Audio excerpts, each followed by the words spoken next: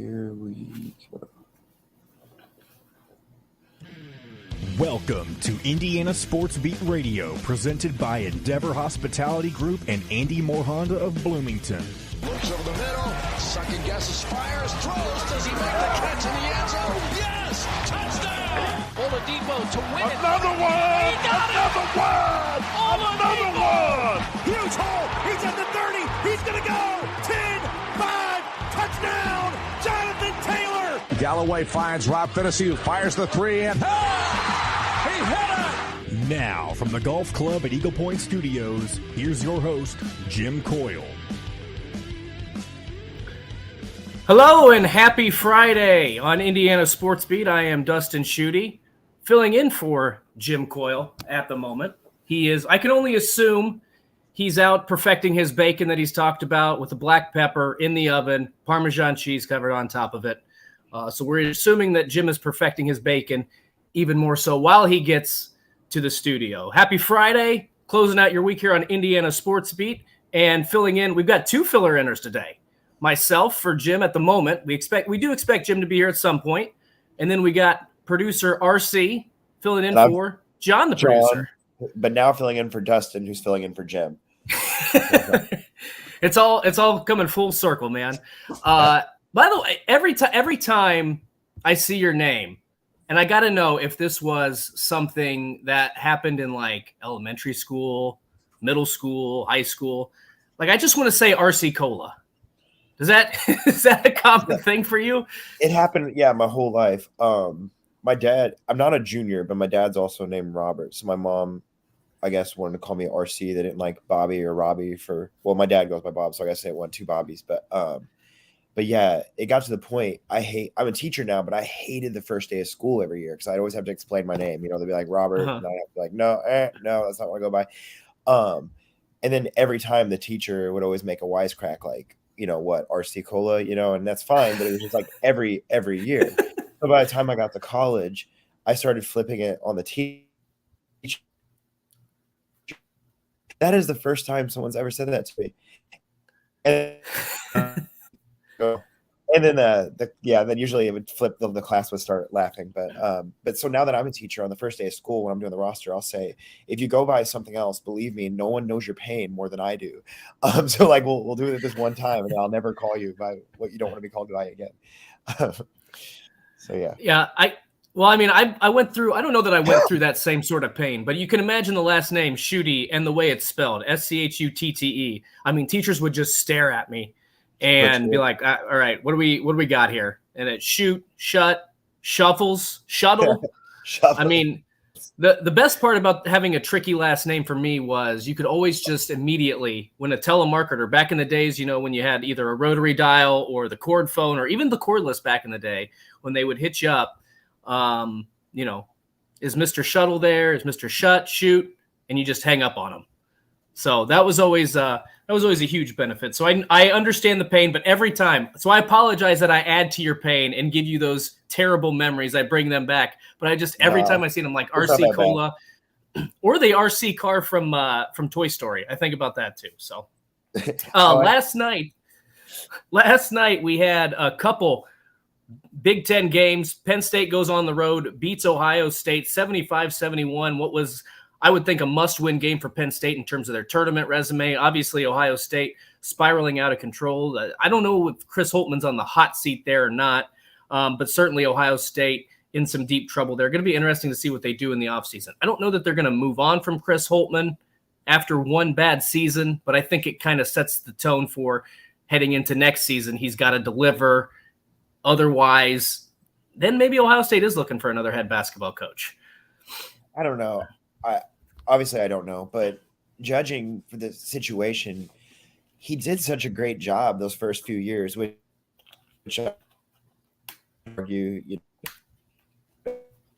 but for him to be delivered, I think he's allowed. You know, you'd like to think he's allowed himself one bad year, but who knows?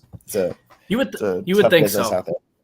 Yeah, it is. You'd think so. I mean, you could take a lesson out of on the football side, and Ohio State fans wouldn't like to hear this, but on Michigan, Jim Harbaugh went through some not terrible seasons. The 2020, I think, is kind of a outlier, but he had some seasons where it wasn't so great. They stuck with him, and now they're back-to-back Big Ten champions. So you never know. I don't like to play the hot seat game too much. I don't like to, fire a head coach, but sometimes it's worth talking about because I think nobody expected Ohio State would spiral out of control this quickly. Another big game last night, or two big games last night. Michigan goes on the road, beats Rutgers at Jersey Mike's Arena, 58-45.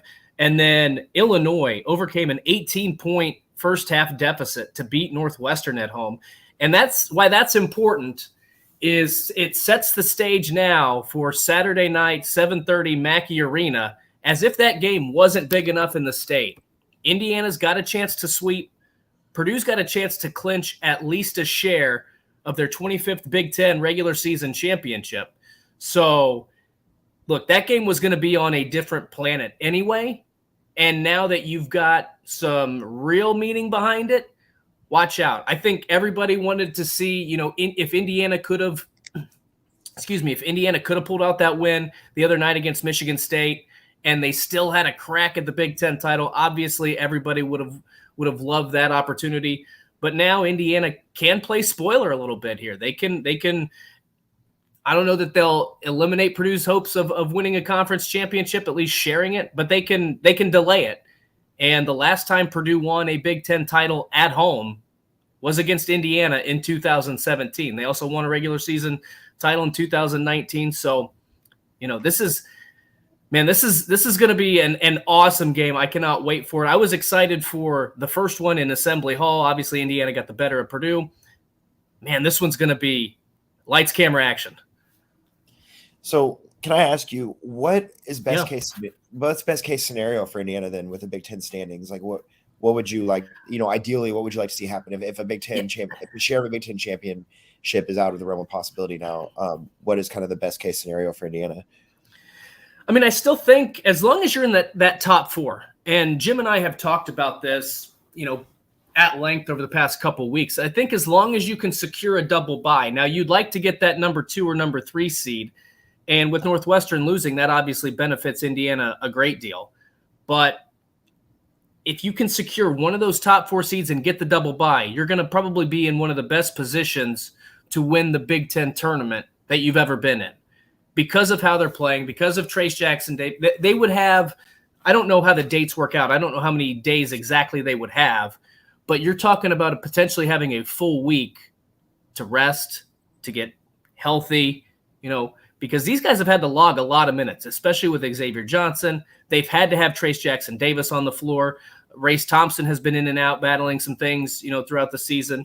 So to me, I think Indiana's goal is – top 4. If you finish in the top 4, you're looking pretty good. You're not playing till Friday of the Big Ten tournament, and you're going to be in a great you're going to have a great shot to potentially win a Big Ten tournament championship. And they've not done that. They've not performed well.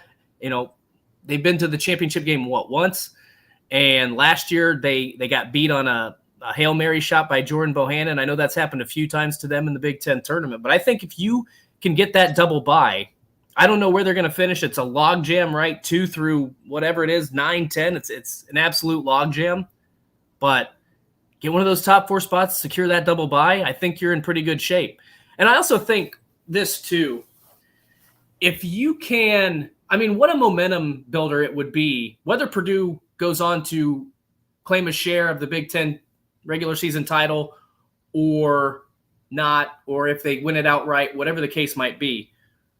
What a momentum builder it is for your program to say that you beat the best team in the league twice, especially when you go back to the end of the Tom Crean era, the Archie Miller era, where this program struggled against Purdue. Even the bad Purdue teams, they struggled to beat them.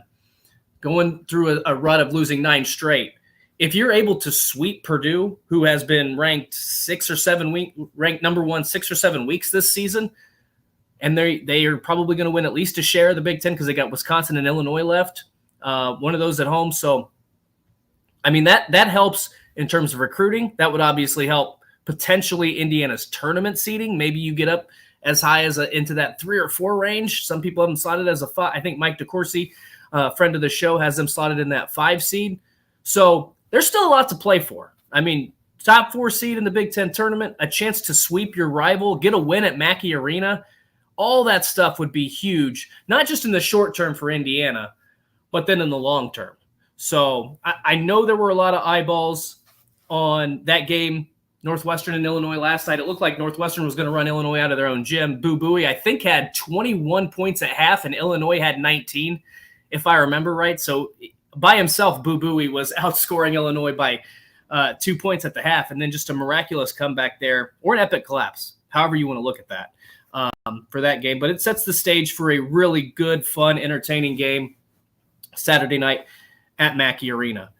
One other thing I wanted to talk about here in this segment to open up is there seems to be, and we'll probably talk about this a little bit later too, there seems to be a lot of negative attention. Maybe not negative attention, maybe not be the right word. There seems to be a little bit of anger, frustration about the fact that the Women's Big Ten Championship or the Women's Big Ten Tournament is being played in Minneapolis. And again, this is something we've talked about earlier this week. And I'd love to get, people tuning in on YouTube, love to get some thoughts on this, because Minneapolis is not really centrally located to the Big Ten. And I'm not saying it has to be centrally located, but this time of year, look, today, I think it's the low is 11 below and the high is like 1. And then you look around and it's supposed to be about freezing. So one of the benefits typically, now it's not always beautiful in Indianapolis this time of year or Chicago this time of year, but typically you can at least walk around without the worry of snow or something like that. Or frostbite. Or That's a great point.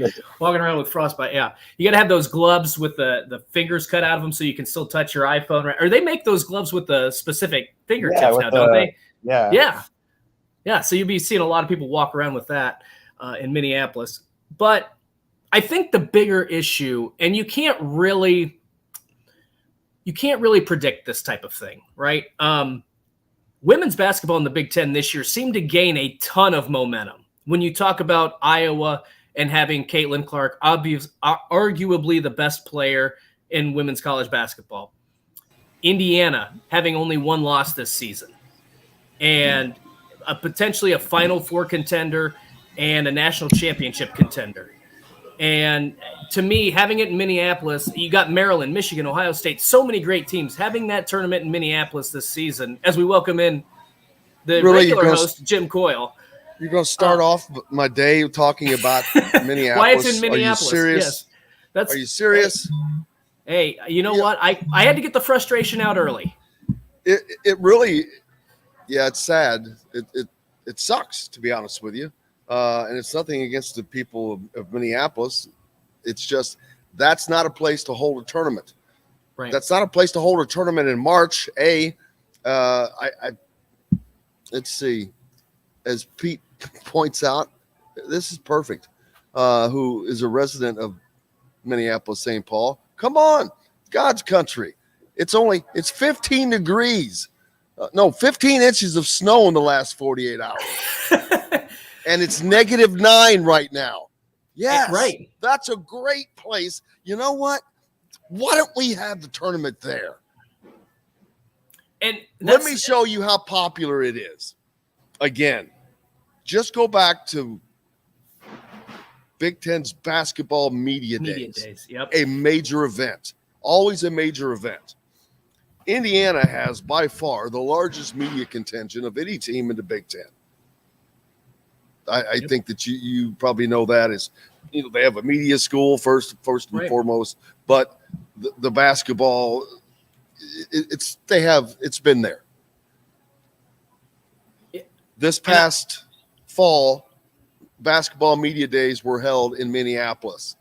Do you know, and I said this then, how many members of the IU media were in attendance? You're looking at him. Right. Aside from Keenan with the Hoosier, but that's part of us. Right. We were the only ones. Nobody else even went. Right. And I can't get, and I'm very upset because I'm going to be honest with you. I cannot give the coverage to the women's team in the Big Ten tournament this year that I want to. That they deserve. That they deserve. And I'll tell you flat out, I'm not paying the money it's going to take just to go cover that tournament when right after that we've got to turn around and go cover them throughout the NCAA tournament. And I expect them to be at the Final Four. I do expect them to be at the Final Four in Dallas. So I expect to go through all through that. This is all thanks to Kevin Warren, because we get to do it all again over again next year with the men's. Yeah. Well, it's like man, all the crap that he did while he was the commissioner, and then I think then he takes a big crap on the conference on his way out. Well, and that'll be felt for 2 years. The problem is you can't predict this stuff, but it just feels like such. And Martha the Mop Lady on Twitter pointed this out, so I'm gonna give credit to where it's due. But it feels like a momentum halter for women's basketball. I mean, think about if this tournament was in Indianapolis or even Chicago, you've got Indiana. Those tickets would sell. Purdue has they're playing better, and they've got an alumni as a head coach in Katie Geralds. They would sell a good amount of tickets. Michigan's a top 15 team. Iowa, Caitlin Clark, the best player in women's basketball. They would sell a ton of tickets. Maryland is hot. Ohio State. They've got so many great teams that would sell an allotment of tickets, and I just feel like they're not going to get the coverage or the attendance. Now, I could be completely wrong. Maybe people show up in Minnesota. I don't know. I hope I am wrong, because this women's basketball season has been incredible. But if you would have had this year's tournament in Indianapolis or Chicago, you might have set a record in attendance for the women's tournament. That's not hyperbole. That's how good this season has been. That's how good the coverage has been. So many great players. It's unfortunate that this year's tournament is in Minneapolis, because I feel like it's going to get pushed by the wayside because of the location. It's unfortunate that any tournament would ever be held in Minneapolis in regards to the Big Ten. Right. It's not just Indiana. I mean, think about Maryland. Right. Get out of here. Get out of here with this Minneapolis crap. Right. Why not just go straight to Quebec? Right. Why not in Calgary? How far north can you go? I mean, it's just idiotic, but it's done. And yeah, it'll be what it is. So basically, I hate that they're not going to get the coverage that they deserve, but you know what? That's going to last for that weekend. And then it starts all anew with the NCAA tournament. Yep. So, and with that, Indiana gets to play at home for the first two games. The first two games will be at home, and then they just go to South Carolina, I would assume, because all the regions are in. They only have two regions, so I would imagine that's going to be the case, and then off to Dallas for the Final Four. Yeah. So you'll have to go to Minneapolis, although it's not part of it. Minneapolis, back to Bloomington, to South Carolina, to Dallas. If you wanted to follow the Indiana team through the women's team through the tournament, then you have the men's team that you have to put into that equation. The men's tournament is only in Chicago this year, so that's not quite as up far north. But after that, that's the guess. Where's Indiana going to end up? Where will they land in the NCAA tournament? Because I'd love to be able to plan right now. Right. You know how expensive that is? I know. Any clue how expensive? Do you have any idea how expensive it was last year after Indiana won in Dayton? Hey. And then you have to book a flight to Portland? Hey, I've been looking at locations for the NCAA tournament. I've got a trip coming up. There's some locations that are on my way, and I'm hoping if there's some Big Ten action in any of the locations I'm stopping and staying, might have to check it out. We're time for a break, aren't we? Yep, let's take a break. Past time for a break. Yeah, we got to hit a break. Hey. Well, that's right. Alex not on the show today, though, so we're not running a little bit fine. But we'll get to the Indiana-Purdue game next. Hey, I'm coming to you live from BB's, of course, part of the Endeavor Hospitality Wild Network. and their wealth of family of restaurants in and around the Bloomington area. Great places like BB's here, which is your butcher, baker, no matter where you live, with a full-size bakery over here. I'm going to have to walk around today and show the bakery. But they got that. There's a whole section of bakery action going on over there. That's what I'm talking about. I'm going to walk over there and show some of the goods in a little bit. Starting the Friday off right. Then in the far back, you've got the custom meats back there. And when I say custom, I mean, buddy, you're not going to get meats better than this. This is where the bacon comes from. And I'm telling you, I'm a shopper. I have to do my own shopping. I know how much bacon costs. It's $9.99 at the grocery store for thick bacon. This is less expensive and better. So make sure you stop by. And in addition to that, Andy Moore Honda, of course, we're powered by Andy Moore. Go to andymorehonda.com where you can get more to your door and the best in new and used vehicles. Make sure you stop by and mention Indiana Sports Beat Radio. And if you come into BB's anytime, mention Indiana Sports Beat Radio, you get 5% off every time. So make sure you take advantage of that. And they have Metalworks Brewing Company. That's Dr. Hops. Someone asked yesterday if these hats are for sale. They are, man. They sell them.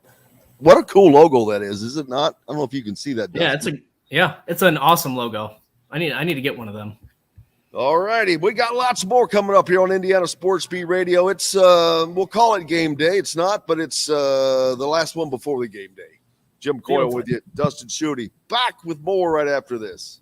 We'll be right back to the Golf Club at Eagle Point Studios for more Indiana Sports Beat Radio with Jim Coyle, presented by Endeavor Hospitality Group and Andy Moore Honda of Bloomington.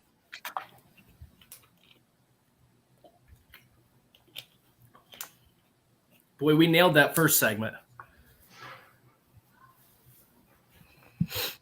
You guys did great, I'm sure. I got to go grab a coffee. A coffee. A coffee.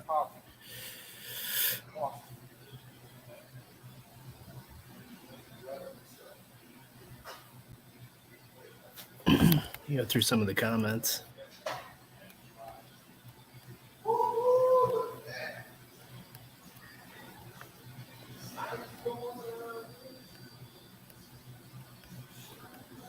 I got a lot of comments. A lot of people jumping on this morning. Starting off the Friday off right.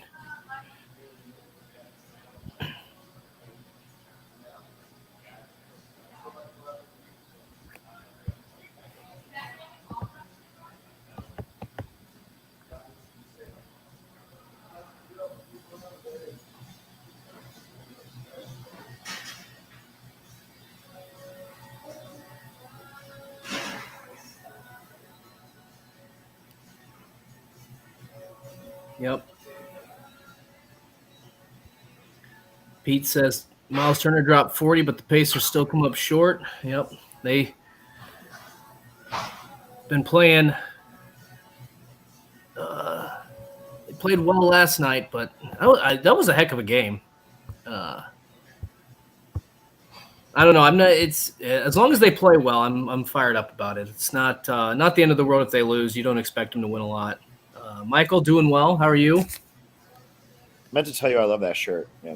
Oh, thanks. Yeah, I went. I saw this on. I don't know what it is, Fanatics or whatever, and I had to buy it.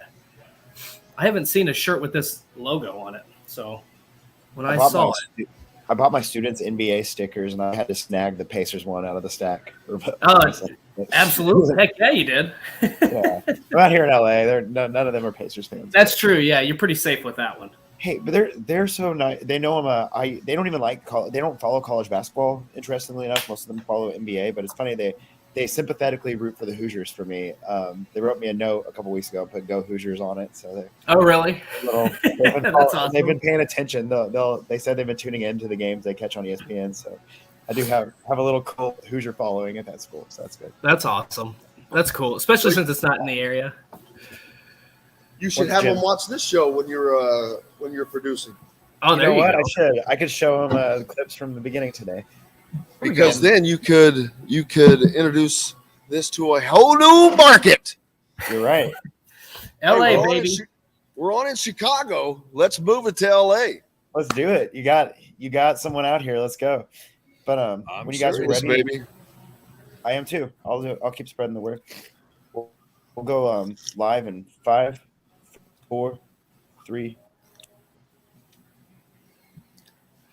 Welcome back to the Golf Club at Eagle Point Studios mobile unit, as we have moved, of course, to BB's Market here on this Friday, where we come each and every Friday to you, where you can stop in and get the best of custom meats and actually pre-made meals as well from Fresh Fork, which is also a part of the Endeavor Hospitality. You know, those are pre-made meals completely, and you can just stop here, pick them up. Dustin, have you ever used something like that, getting pre-made meals, the healthy meals? You can feed a family like that. No mess, no nothing. Boom, just go pick it up.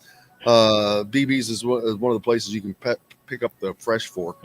And I'm telling you, their new pickup service is they're killing it. People just buying. I live too far out, I think, but man, for those that live within the confines of civilian life, that's a great.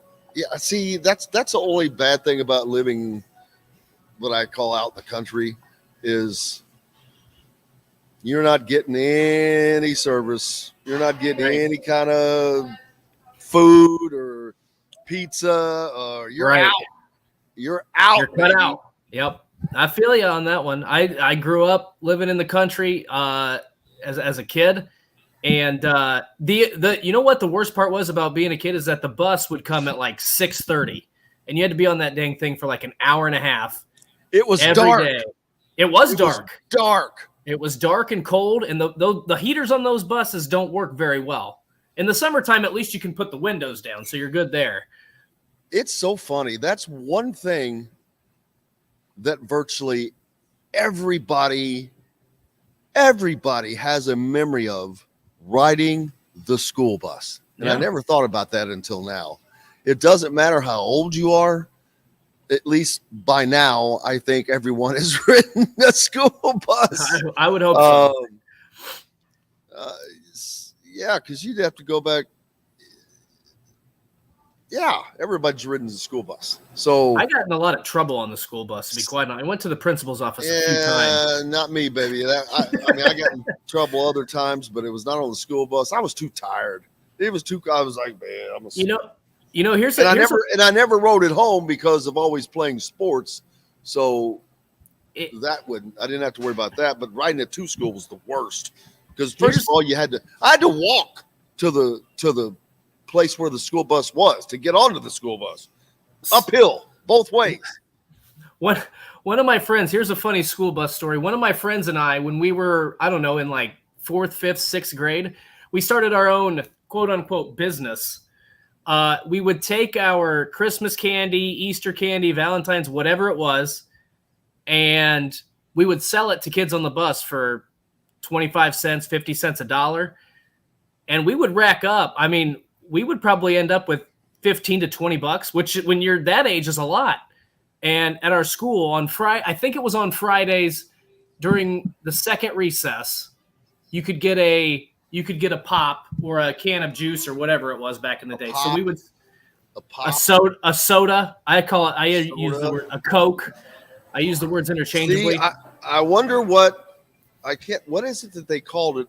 Well, you're from up north in Indiana. I am from up north in Indiana, from the Logansport area. What do they call it up there? Pop, soda? Usually it's Coke. Really? Even up there? Yep. Coke. I'm shocked. I thought that was just us dumbasses down in southern Indiana. No, it's almost universal across anywhere I've been. I've heard it. Like, you want a Coke? What kind? No, it's not. It's you go to the Northeast. It's pop, soda or whatever. But the Coke thing, I thought it was just us dummies. I use it. You want a Coke? Yeah, what kind? Yeah, exactly. Give me an Orange Crush. I use the 3 interchangeably: Coke, soda, pop. It doesn't like whatever to me. I use them interchangeably. I always say soft drink if I'm not specifying. Hey, can you give me a soft drink? I was teaching this yesterday, actually, and my students have never heard out west. They've never heard Coke used like ubiquitously like that, and so they would. Well, you're out there. I would imagine not. My uncle's from South Bend, and they call it pop up in South Bend. At least they do. But anyway, I just wanted to weigh in on that. Yeah, that's all the northern and the western. He's right. I mean, that's why I was shocked when you said. I thought it was going to be like just like what RC said, because I thought once you get across, especially when you cross the Indianapolis, there's a difference in Indiana. There's a line somewhere. I don't know where the line is, but it's there. Well, apparently South Bend would have been farther north than where I grew up.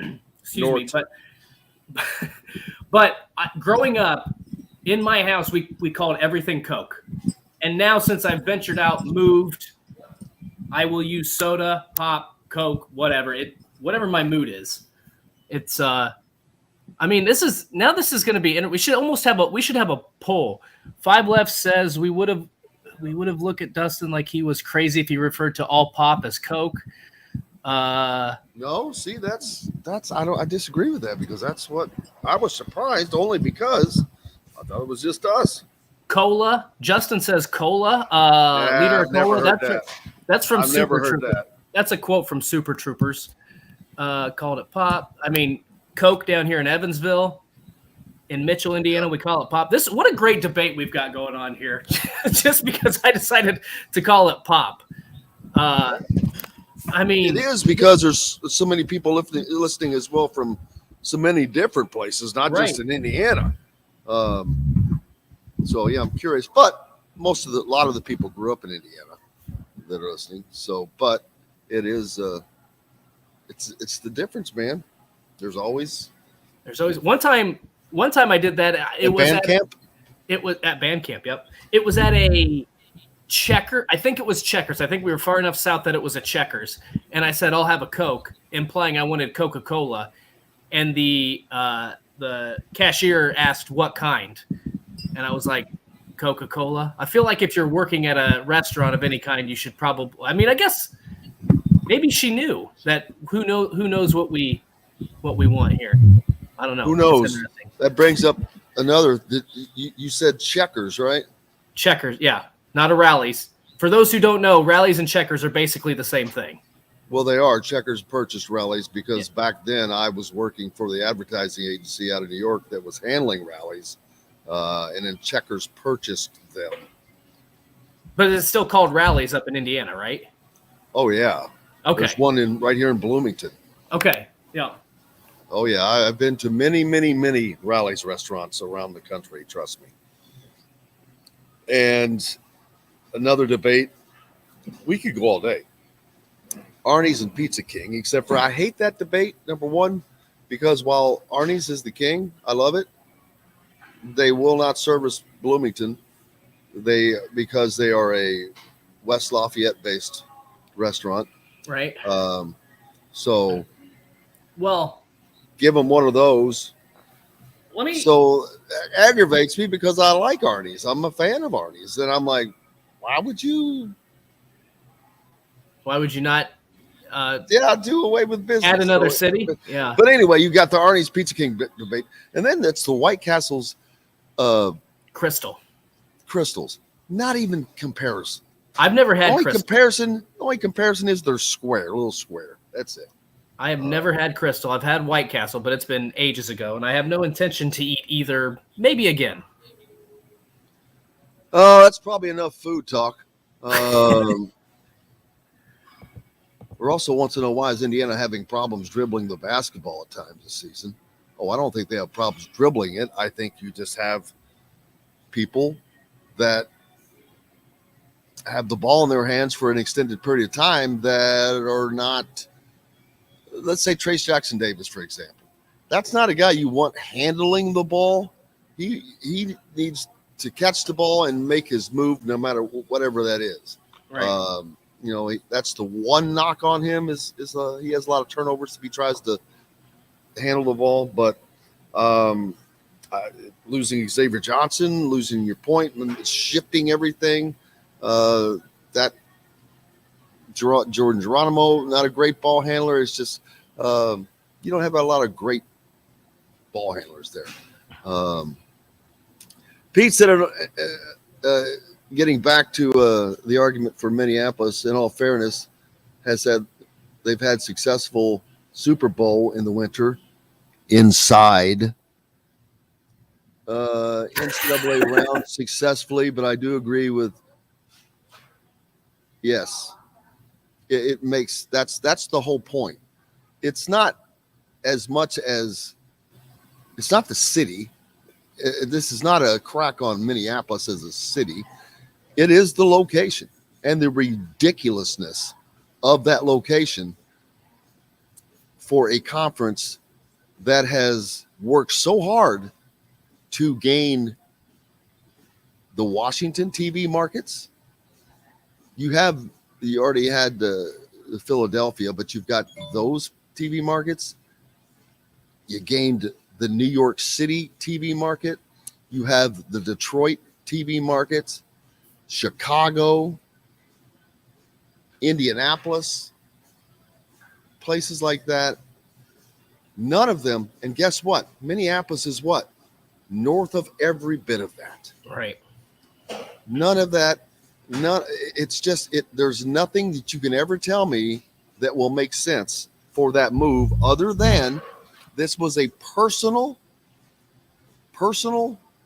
deal by Kevin Warren. This is what I'm but why the conference went along with this shows I'm really. Well, what was the conference? I mean, I don't think they're going to veto it. They probably don't care, to be quite honest with you. Why would you not care? You should care. Every school should care. I agree with you. Indiana should not want that up there. I'm guessing nobody should want that up there. I don't disagree with that. But this was Kevin Warren's opportunity. I said this a couple days ago. This was Kevin Warren's opportunity to put another thing on his resume before, like he had intentions of going back to the NFL. But see, this is not on his resume to me. Yes, it would be. Crap stain. It's a crap stain. It's going to be very unsuccessful, just like the. But it doesn't matter. How does it not matter? How is it a positive on your resume when it's a freaking failure? He got the job with the Chicago Bears, did he not? Which was his goal to get back to the NFL. Yeah, but it had nothing to do with these stupid places where he put the tournaments. It might have. Hey, I brought it to had nothing but complaints about it. So how can that help? I got it into a new city where it had never been before. I worked that everybody hated and no one showed up for. Well, but you don't get to see that.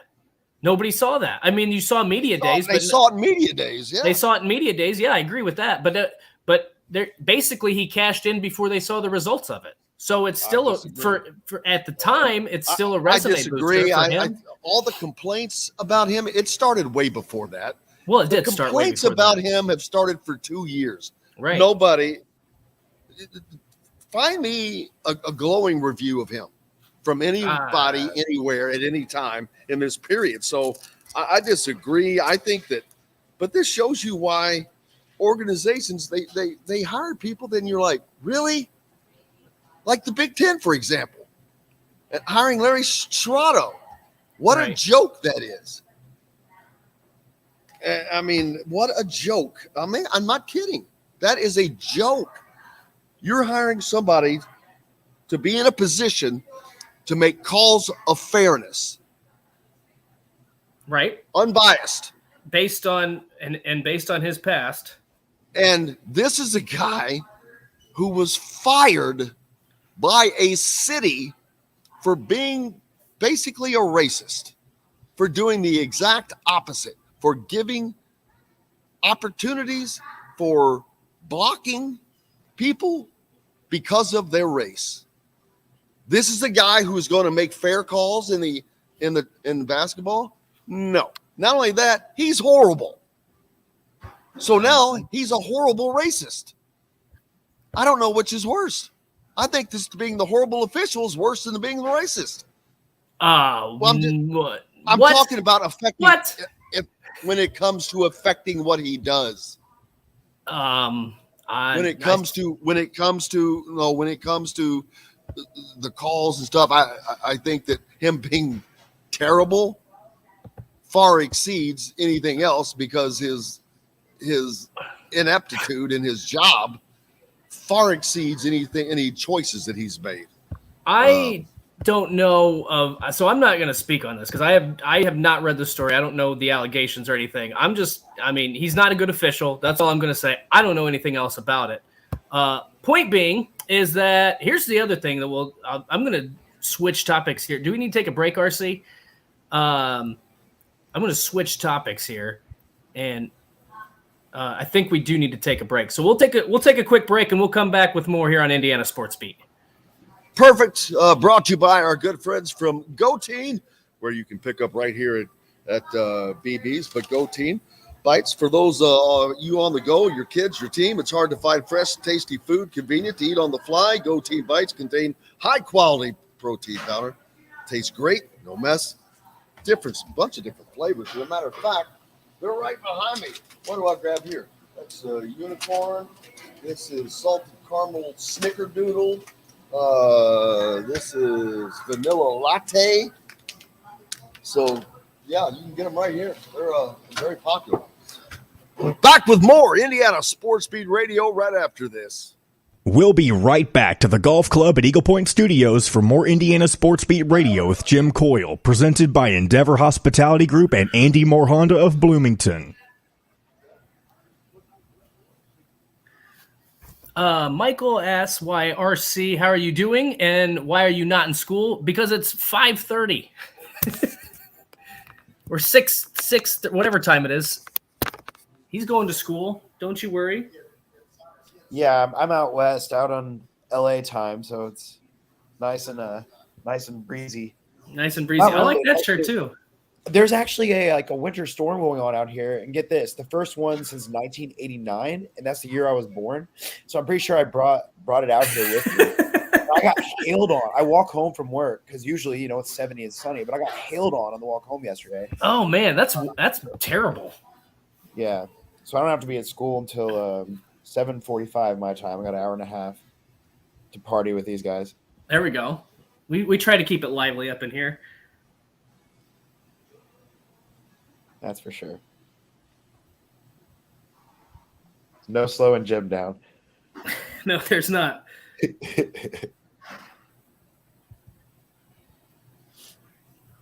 I agree with Tony. TJD has led this team for 4 years. It's been a long time since since Romeo perhaps, but that I've trusted a freshman. Like I trusted him as a freshman. He seemed like he was the steady presence on the team at that time, because Devontae was great, but kind of streaky, and it was like TJD was like the one constant on that, even his freshman year. I still remember that dunk against Florida State his freshman year when he turned at the elbow and took. I don't know if you remember that Big Ten ACC challenge when we won in Bloomington.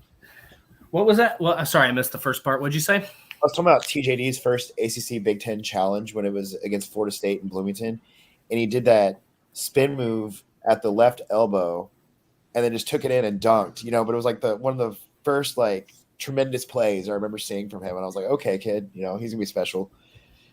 But your memory's way better than mine. I have no. Of course, I don't remember. I can't control my memory. It's like I remember some things, but the things I need to remember, No, I'm 100% with you. That's something that I do not remember. There's stuff from the previous game that I don't remember. There's something from this morning that I don't remember. Michael Hogg has an interesting question here. He asked if we think that Zach Edey should stay for his senior year. But, I'm going to pivot that for a second before, I just want to say that I was having this. I love when people pivot. This is 2 days in a row that I have heard that. And I thought it yesterday when I heard it. And I'm like, I love when people pivot. Pivot? Do you guys think if this were, I think you mentioned this on the show, Jim, that like if this was 2003, Zach Edey would be a top 10 pick in the draft, no doubt. Right. He'd be number one. Yeah. So it's just crazy to me that he's a second rounder when I was showing these highlights to a guy I work with who's not familiar with. Because he is not athletic. Right. Well, he's not as athletic as you need to be. You guys, but what is TJD? So I'm going to count you in 5, 4, 3, 2. Welcome back, Indiana Sports Beat Radio, coming to you here on this Friday, baby. It's time for the weekend. Hope you're ready to go. Indiana Sports Beat Radio coming to you from BB's Market, normally at the Golf Club at Eagle Point Studios, but each and every Friday we're here at BB's, of course, part of the Endeavor Hospitality Wild Club and their wealth of great restaurants in and around the Bloomington area. And don't forget, if you're in the Indianapolis area looking for a home, you need Cheryl Sizemore and her 2 decades of experience. It could be the difference between you getting the home you want or not. Reach out to her. Cheryl at IndyHomePros.com. She's also a great sponsor of Indiana Sports Beat Radio and a big IU fan, so we appreciate her immensely. So if you're up in that area, make sure you give her a shout, man. We appreciate her. Dustin Schutte with me as the huge. Man, I don't say that. That was facetiously saying Facetious. That. Facetious, Facetious.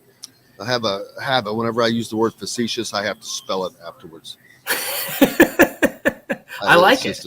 It's just a funny thing that I've done for I don't know why. Andy Moore Honda hotline is busy. Let's see. Oh, what are they talking about? Canada, eh?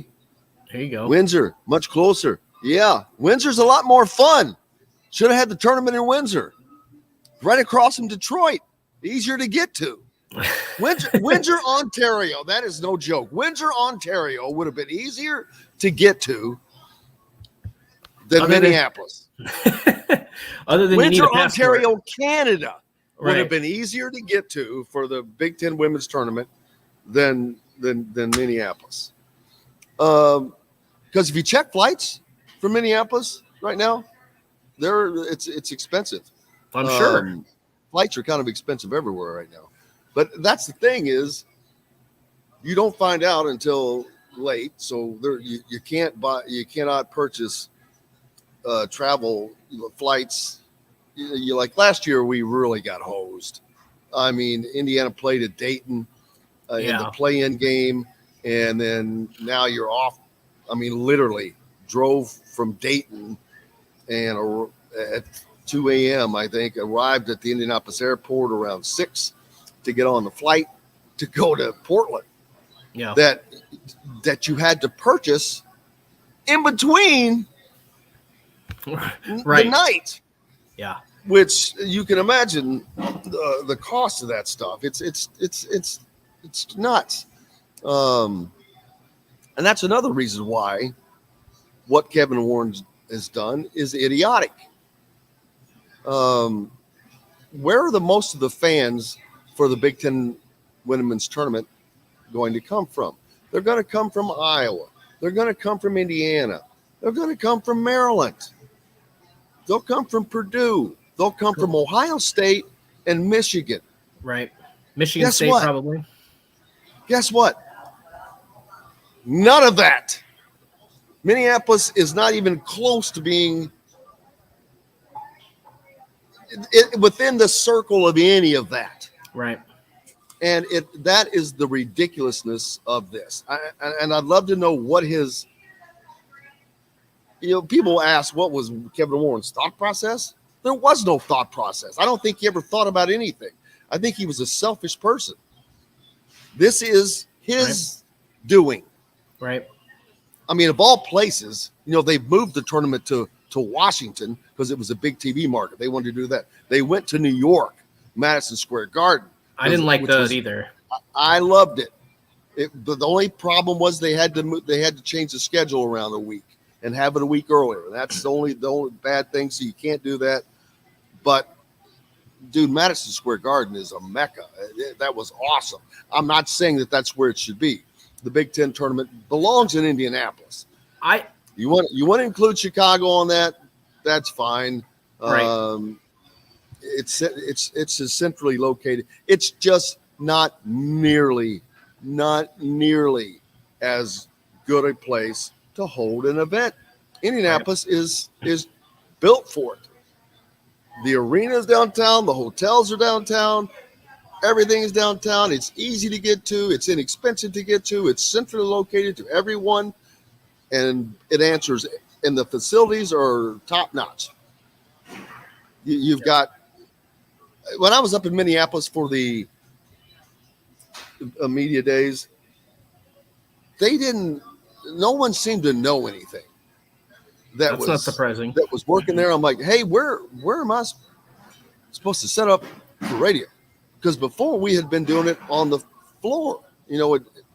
They had us back in basically right in the middle of the area where everybody would eat.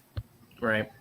Just like pick a table. And it's like, Well, I mean, the problem with some of this stuff. No, the problem with some of this stuff, I'll just weigh in on this really quick. The problem with a lot of this stuff is you're talking about pro sports towns. And it's hard when you're in a major city to not be a pro sports town. New York, pro sports. Washington, D.C., pro sports. Minneapolis, pro sports. Chicago, pro sports. The difference between Indianapolis is a pro sports town, but it's got a heavy college influence.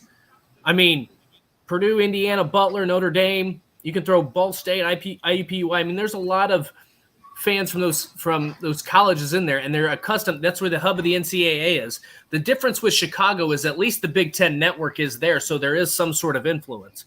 Some of these other locations, there's no influence. So why would they know what's going on? Those are pro sports fans, or they just follow the Gophers, or they just follow Northwestern, or Rutgers, or wherever and whatever, Maryland.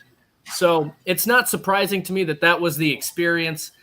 Again, this is probably selfish. This is probably just me being a homer about this, but I've never really heard anybody complain when these things are in Indianapolis.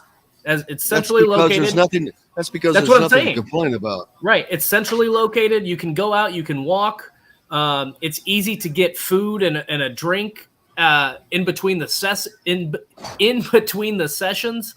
So I don't know. I don't mind it as much in Chicago, but if it was I don't think anybody would complain if it's in Indianapolis every year. Nobody complains about it with the football championship. It's been in Indianapolis since it started in 2011. Well, let's really fire the people up. Let's start comparing Mackey and Assembly Hall because that's the date this weekend. Indiana travels number. What are they ranked right now? I don't even know. 17. 17, number right? 17 Indiana travels to play Purdue. Number 5 Purdue. Number 5 Purdue, yeah. In Mackey Arena, which will be an absolute madhouse. 14,000 people that will letting you know. All that have good seats, by the way. Right. The media seats. Forget about the media seats. The last seat, the last row at Mackey, the top row, is closer to the court than the media seats at IU. Right. Not where I sit anymore, but when you're a rookie, I know. I've seen photos. I feel sorry for those people now. I don't know how they can get anything accomplished or see anything from where they're located. Well, it certainly gives you the exercise of going up there. Well, that's true. Keeps you in shape. And shout out to Michael. He's been hitting it up on the Andy Moore Honda hotline a lot. He's a quasi Purdue fan. I haven't determined. He went to Purdue. I know that, but I think he's an IU fan, but he follows Purdue. So, hey, you know what? I wish we had people from every team on here. This is, it's definitely IU centric. But we like to cover it all. And if you listen to me, I'll talk about whatever it is, man. And am able to take whatever side that I feel that's necessary. As for those of you who have not been to Mackey,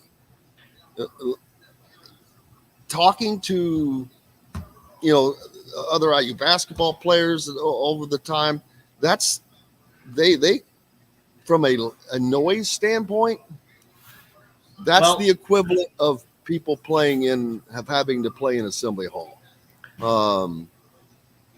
The difference there is they don't really, their end zones are not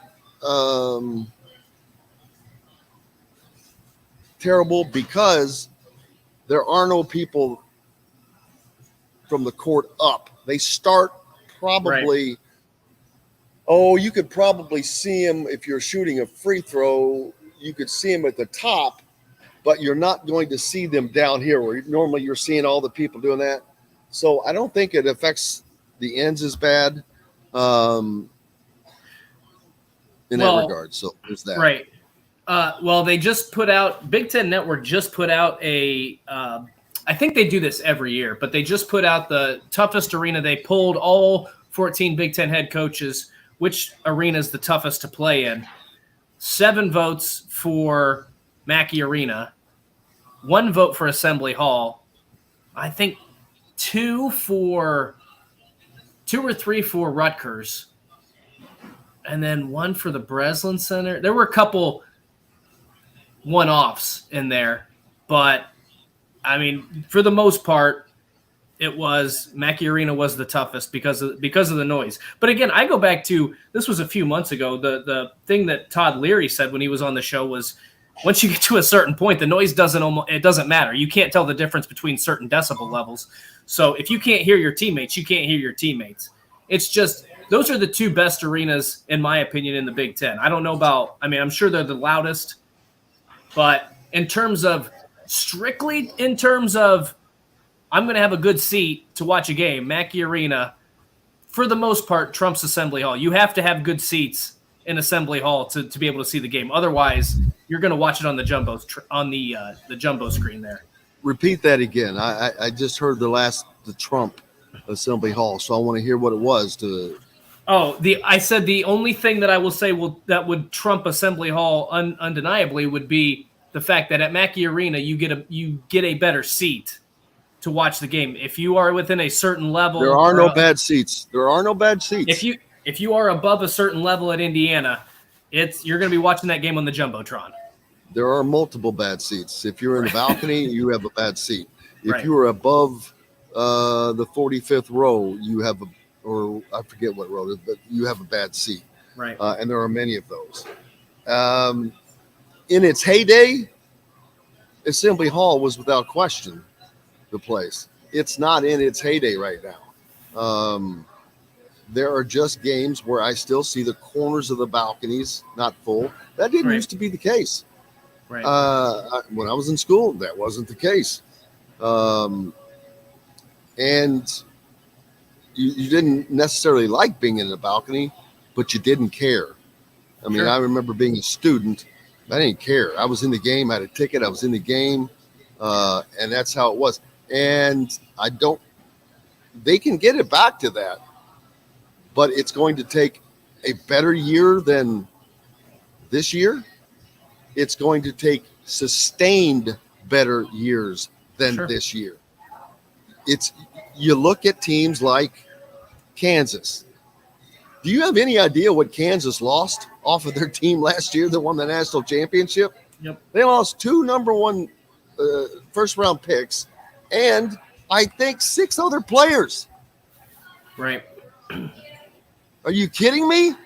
Yeah. And they replace it and come back. That's where it has to be. That's where it was. But that's where it has to be for Assembly Hall to get back to being the number 1 venue in not only the Big Ten, but one of the number 1 venues in the country. Right. Fog Allen, great place. There's not a bad seat in there. That was a great place. Now, it's not as loud. I do not believe, but yeah, Assembly Hall has got to get back to being the dominant place it was. It's tough, but it's not dominant. Part of that goes to the teams, but we'll see. Xavier Johnson, his name keeps coming up, man. Everybody's thinking when's he going to come back? I am not planning on him to be back. That does not mean I don't expect him to make a comeback this year, But you cannot plan on something that you don't know. A. B. Right. You'd have to go through all the things that we've already talked about, the integration into the team, into the lineup, into the rotation, into the flow of the chemistry. Mike Whitson alluded to that yesterday. RC, I don't know if you have any clips or not of Mike Whitson from Yes, I do. Let me get that. We'll pull that up. He met with the media right about the time we were ending the show. We had planned on taking it live, but it was just too much trouble. But you have 2 clips in here. Do you know if it's the first one or the second one you want me to play? Just play it. We're just going to play them both. Okay. Not at the Well, he's same doing time. some individual. Okay, I'll put it on there. Well, he's doing some individual stuff, but contact, doing drills with the teams, we haven't been able to get there yet. And we're hoping next week, I'm going to sit down with X today and just see what his thinking is. Because my thing is, it's going to come down to him being able to bang a little bit and cut, and use his speed to do what he does. But if that's bothering him, then I don't know if he's going to play. I mean, only time will tell. That's all I can tell you guys right now. He's not doing enough for me to be on the floor to play. I know that. Not right now. I mean, he had a game plan. Talking about Xavier Johnson and his potential to come back. I don't know if he. I don't think there's any gamesmanship there. No, but that doesn't sound like that's imminent. and it doesn't sound like it's. You trust me. If you thought we're expecting to have him when the tournament rolls around or whatever, I think you'd say, hey, when the Big Ten tournament comes around, I think we'll reevaluate and look at it then. But it just seems like it's completely up in the air, and that just tells me something that is still that unknown is even much more difficult to integrate when you don't know. Rusty walking in, he's have him sit down with old Lee over there, watch the show.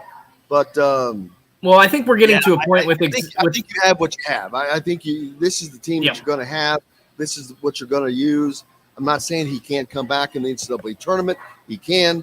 But again, man, you get to that level, now you're really playing with fire.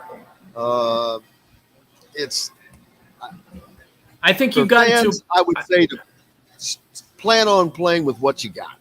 Well, I would probably use that same advice for Mike Woodson. I mean, because at some point you're getting to a point where it's probably going to be detrimental to the team. And not that X isn't a great player, not that he isn't a great defender, not that they couldn't use him, but we saw this team when they've dealt with injuries, it's taken them time to get the chemistry back, for them to gel. And they are, even though they lost to Michigan State, the last 12 games or so, they've played extremely well. They've played like a potential Final Four team, like we thought this team would play all season long. I would not want to, and this is terrible to say because I don't like this from the injury standpoint. I don't like to put, but there is something to be said of we've reached a point where if it's detrimental to the team, he may just not be able to play. And that's unfortunate. I hate talking about it, but that's the reality of the situation because you got to do what's best for Indiana and for all the players, not just what's best for one guy. Yeah, but I think that he has to look at his future too. There's another thing, and I mentioned this. Xavier plans on playing basketball next season, someplace, somewhere, at some level. So he has to wager, his own future, his health, and how that will impact that as well. We've got to take a break. When we come back, Zach Osterman from the Indy Star will join us. We'll talk to Zach about that as well. And much more as Indiana prepares to take on Purdue tomorrow up in West Lafayette. The game of the week, certainly in the Big Ten and many other places. Hey, we're brought to you by our good friends from Barbara Pop Real Estate Services. Those of you down in the southern Indiana, Louisville area, Floyd, Clark, Harrison, Scott, Washington counties, they have served those communities for 3 decades. No one can get you into the home quicker, easier, with less hassle than Barbara Pop. Reach out to her, Barbara at barbarapop.com, or our friend Matt Lincoln, Matt at barbarapop.com.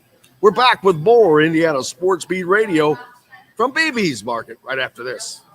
We'll be right back to the Golf Club at Eagle Point Studios for more Indiana Sports Beat Radio with Jim Coyle, presented by Endeavor Hospitality Group and Andy Moore Honda of Bloomington.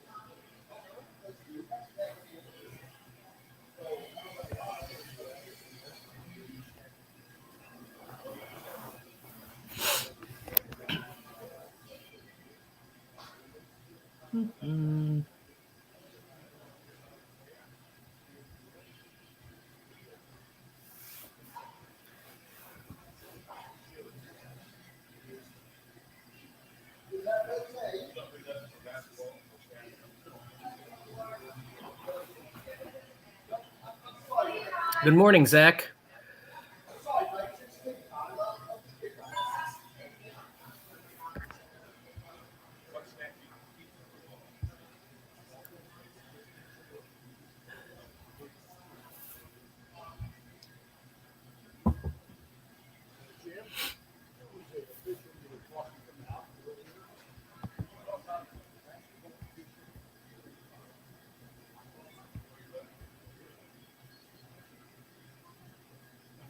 Oh, good morning, Zachary.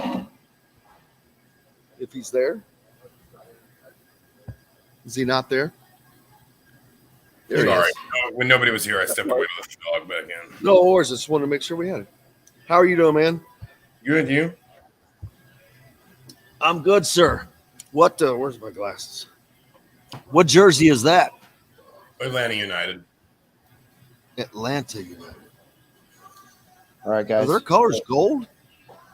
No, I don't know why this. It's like a special edition jersey they wear. I was going to say, it looks like that's what I was thinking. It was like a special edition kind of a thing. Yeah.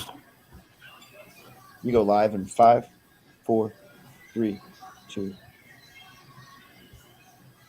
Welcome back, Indiana Sports Beat Radio here on this Friday, getting your weekend started, and lots of games coming up over the weekend. None bigger of note than Purdue and Indiana, as the Hoosiers will travel to West Lafayette to visit Mackey Arena. We're joined now by our friend Zach Osterman from the Indy Star. Zach, how are you, sir? I'm good. How about you?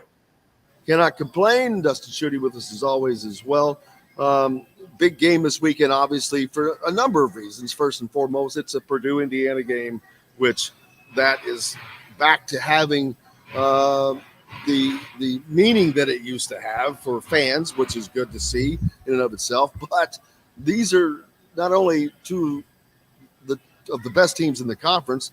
You've got two of the best players in the country, much less the conference. So we've got that showdown. Purdue coming off of a loss to Indiana before.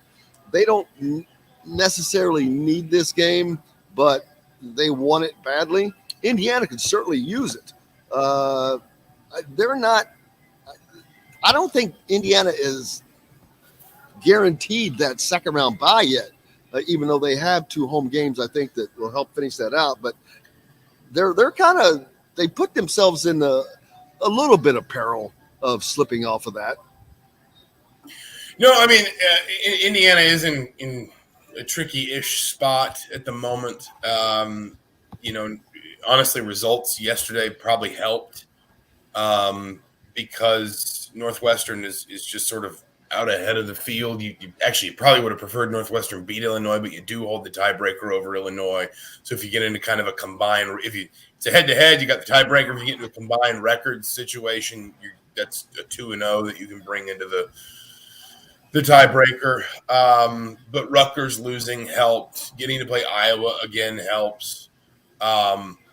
This is one of those games. I mean, it's a rivalry game, so it's obviously going to matter for both of these teams. And you're right, Purdue will want to beat Indiana at home. This win would, if Indiana were to win this game, it would be basically as high quality of a win as any in the Big Ten all season. It would bump the Hoosiers up a seed line, all those kinds of things. Having said that, Purdue is going to win the league. I don't believe they can win it Saturday because, they cannot win it Saturday because Northwestern theoretically could still tie them. I guess Purdue could win a share of the league now that I'm doing the math. Yeah. But Purdue is going to win the league. Indiana is comfortably going to make the NCAA tournament, probably in the top 5 seed lines. We are kind of at a point where these are the sorts of teams that just need the postseason to start. Like that we have been waiting all year, and we've asked, does Indiana need another scorer? Is Trey Jackson playing too many minutes? I saw a tweet a couple weeks ago about how Purdue was only like the 5th team ranked number 1 overall to lose to multiple unranked teams in a season or something like that.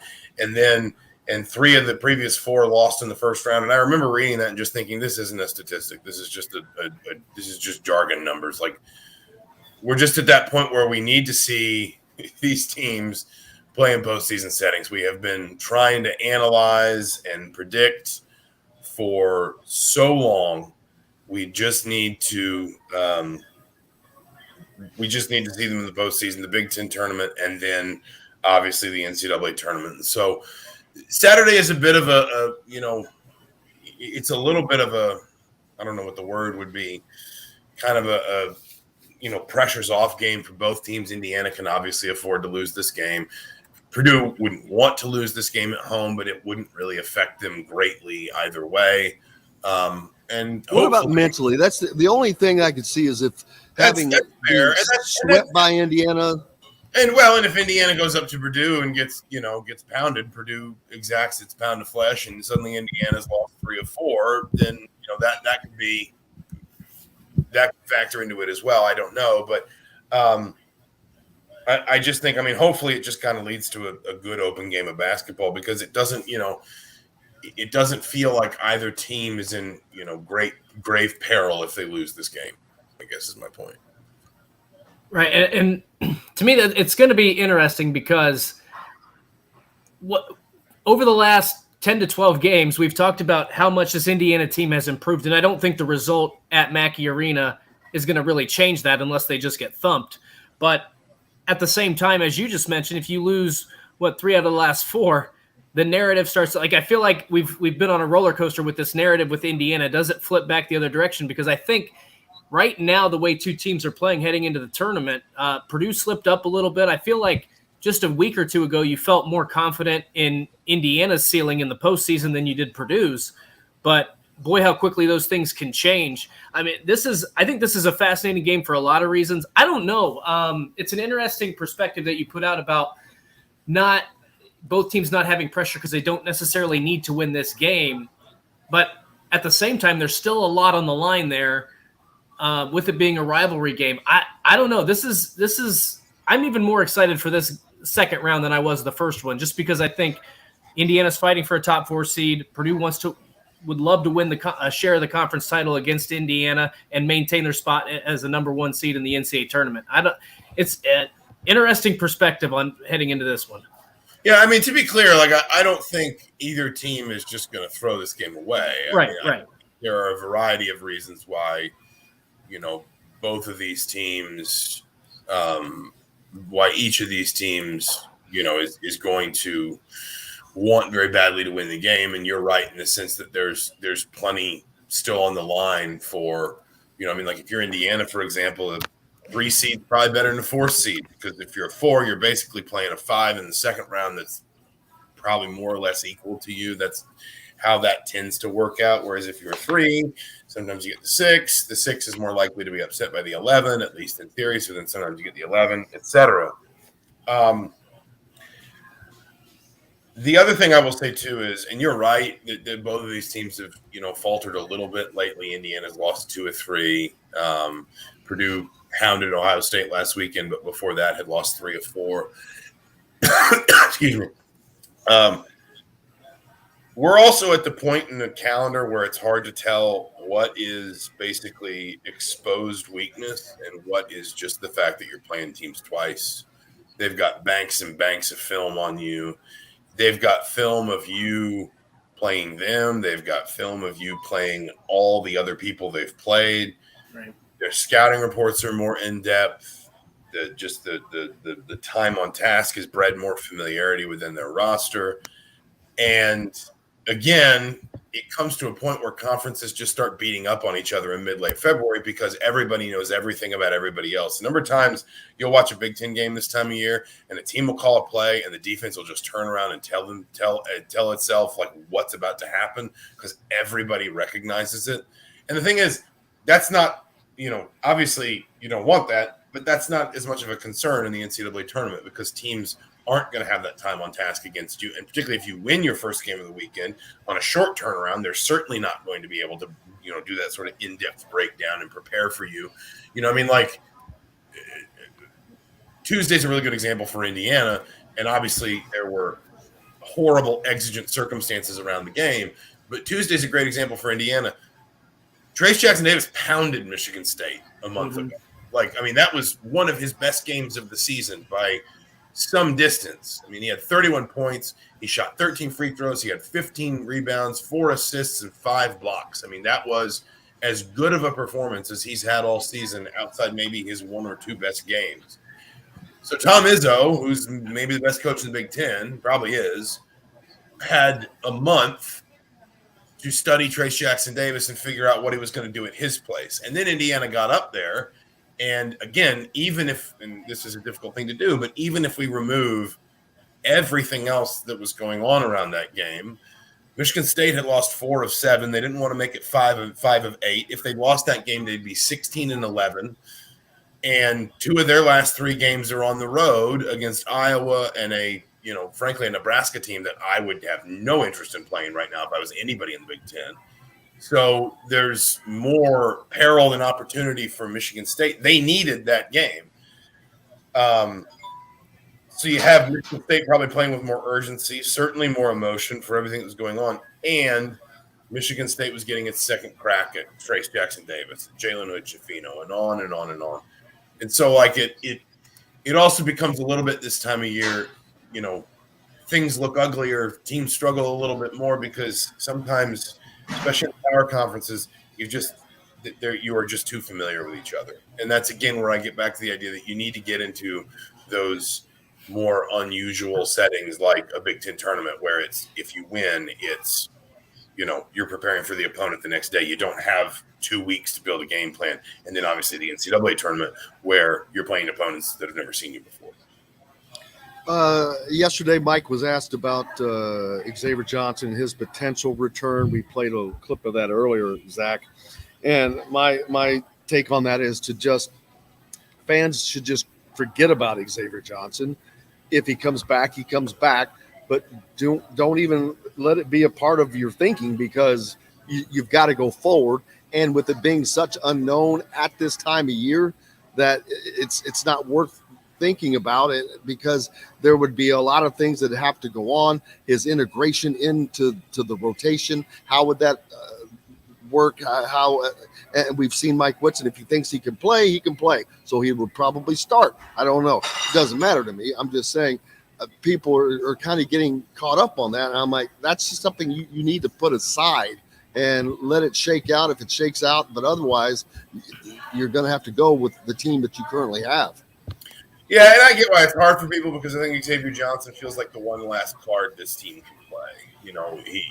Even as yes, there would be some growing pains. The team's grown up a little bit without him, but you're talking about a 38% 3-point shooter that since he got to Indiana. That's also your best on-ball perimeter defender, your most experienced on-ball perimeter defender, your starting point guard who finished last season with the 14th best assist rate in the country, and the best player on the roster in terms of basically just breaking down an opponent and getting to the rim. If all else fails, Xavier Johnson's the guy that you want just sort of trying to clear out and take somebody one-on-one. Xavier Johnson or Trace Jackson-Davis. And because we've seen Indiana slow down a little bit recently, because Indiana offensively has struggled the last 4 or 5 games, they've been like middle of the pack nationally in offensive efficiency in the last 4 games. Then you're anxious to see if you can get that one wild card back on the floor. I'll say 2 things. One, I don't understand the people that fret about when he comes back. I've had people say to me, should they bring him back for Purdue if he can play? Should they hold him for the Iowa game? I don't really get that.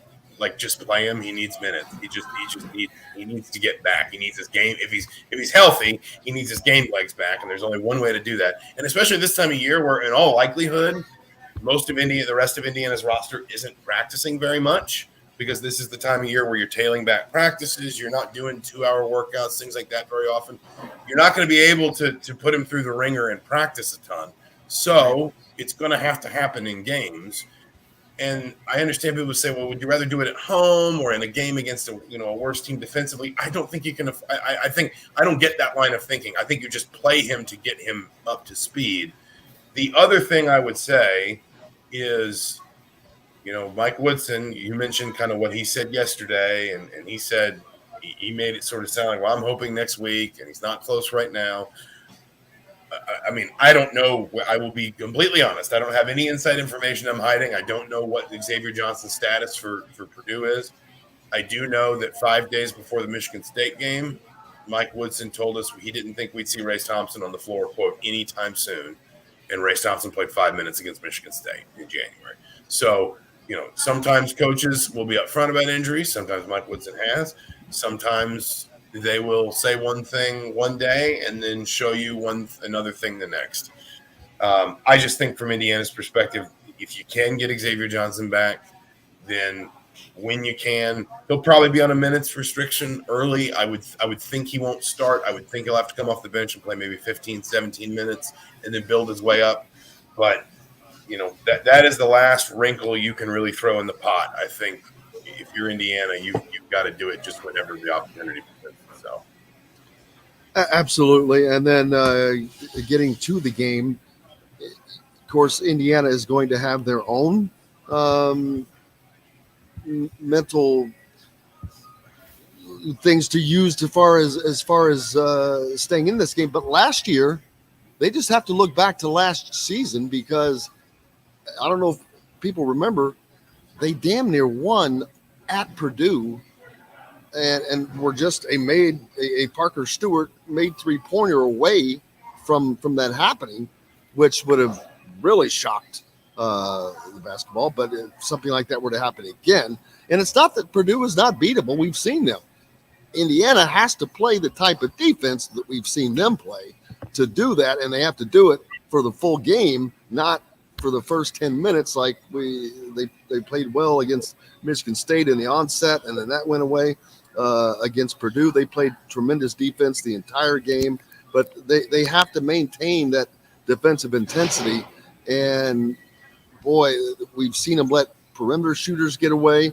This is a place where the young guards of Purdue, because they're at home, because they're comfortable, you got to be careful. This is a place where they can go off. Yeah, I think there are ways in which I think Indiana is a good matchup for Purdue. And this was true last year. I think in some ways it's truer this year. They have bigger guards. Edey is a dominant post player, but Jackson Davis gives him trouble because Jackson Davis is so mobile. Jackson Davis can move around the floor. He can pull Edey out into ball screen situations, which Purdue doesn't want to get into. But the problem that Purdue has is Jalen Hood-Schifino is so good in the mid-range. And last year, it wasn't so much Xavier Johnson in the mid-range, but it was Xavier Johnson getting around the corner and getting downhill. Even against drop coverage, Edey couldn't move fast enough to fill that space or block the passing lane. And if you go back to that game that you referenced last season, Indiana lost, I think, 69-67. But Xavier Johnson had 18 points and 12 assists. Trace Jackson-Davis had 15 points and 6 rebounds. I think, and Miller Kopp had 4 threes, which is worth pointing out because, again, Indiana was able to get Purdue in disadvantageous situations, create rotations, and get Miller Kopp open shots. Now, listen, I would argue Purdue is better than they were a year ago. You're right. They'll be at home. You probably won't be able to rattle Braden Smith quite the way you did in Bloomington, where I don't think he played terribly. He had 6 assists and only 1 turnover, but I think he was 1 of 8 from the floor. Fletcher Lawyer needed 12 shots to score 12 points, etc. There are ways in which Indiana is arguably has some matchup advantages against Purdue. That does not necessarily, level the playing field when you're in Mackey Arena, obviously. That matchup is actually probably better if you have a healthy Xavier Johnson on the floor, even for 15 minutes, 16 minutes, because he can really disrupt that Purdue backcourt. But there are ways that if you're Indiana and you kind of tough out the difficult stretches that you are inevitably going to face in a game like this, there are ways in which you kind of have some matchups you can leverage against Purdue.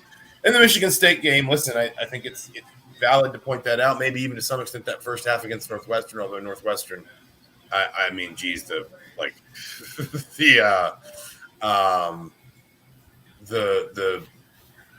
the mood swings of Northwestern games right now. I don't know if you guys watched the Illinois game last night, but it was quite something.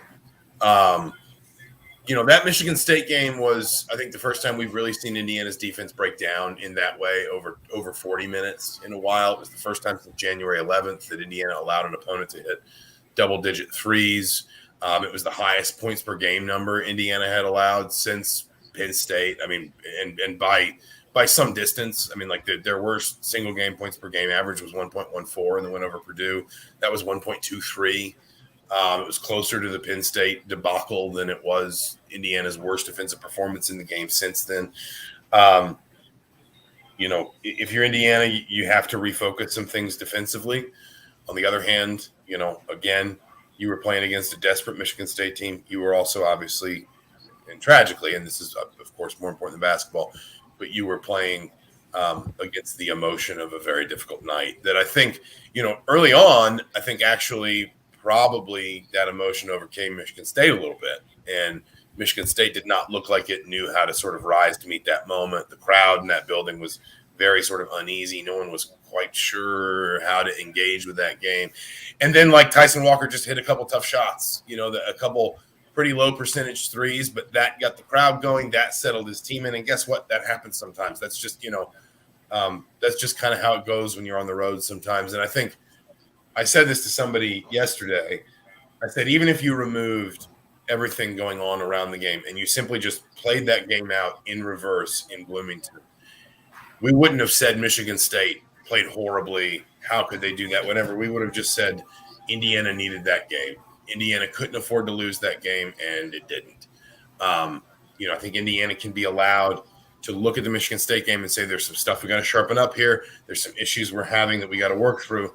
But in the same breath, there were some things outside of Indiana's control in that game that ultimately kind of helped to get away from them.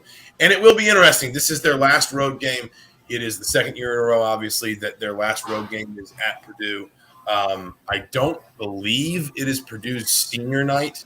It's not. Purdue plays Illinois at home on March 5th. But again, Purdue can clinch a share of the Big Ten. I don't know if that matters a ton to them. I mean, I'm sure it does to some extent, but they're going to win a share of the conference. They don't. That is, that's been fait accompli for a while now. It's an interesting sort of weather gauge just of like where Indiana is and whether maybe does this team have that moxie to pick itself up from a tough night when it's going on the road in another tough environment, when it's the last time it's going to have to do it all year. Yeah, Ken Palm had predicted Indiana to finish 12-8, and he's going to hit it right on the mark, I think, because Indiana expected to lose at Purdue.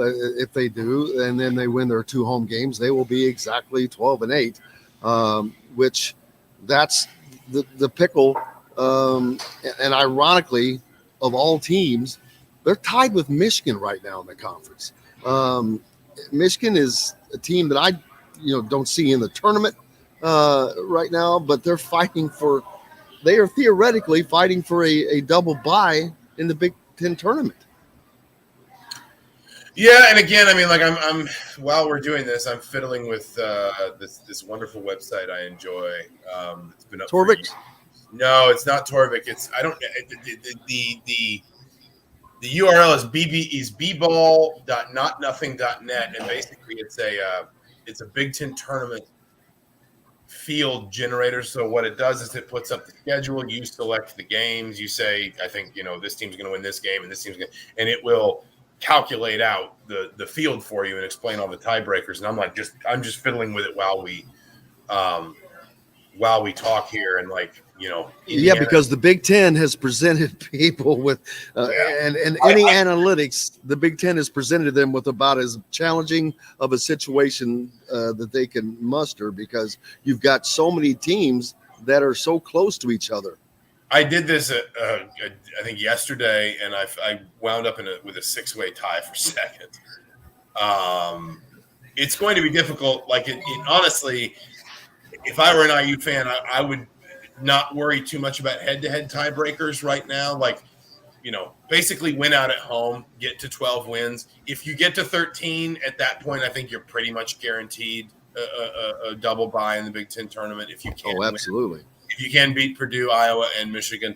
But if you can just win out at home, then don't worry about the tiebreakers, because you are almost going to wind up in at least a 3-way tie, and then it's going to come down to round-robin records. So, I managed one here where Purdue wins the league, Maryland finishes second, and then Northwestern, Indiana, Illinois, and Michigan State all finish 12-8. In that scenario, Northwestern's the 3, Indiana's the 4, Illinois is the 5, and Michigan State's the 6 because of their record against one another. Because basically in those tiebreaker situations, what will happen is the first tiebreaker will be everybody's record in the tie against one another. And then if that doesn't break things up, I think you start with records above the teams that finished above them, and then you go to teams that finished below them. There's all sorts of messy ways this could shake out. I do think Indiana's starting to see a floor on its seeding around 6 or 7 in the Big Ten tournament.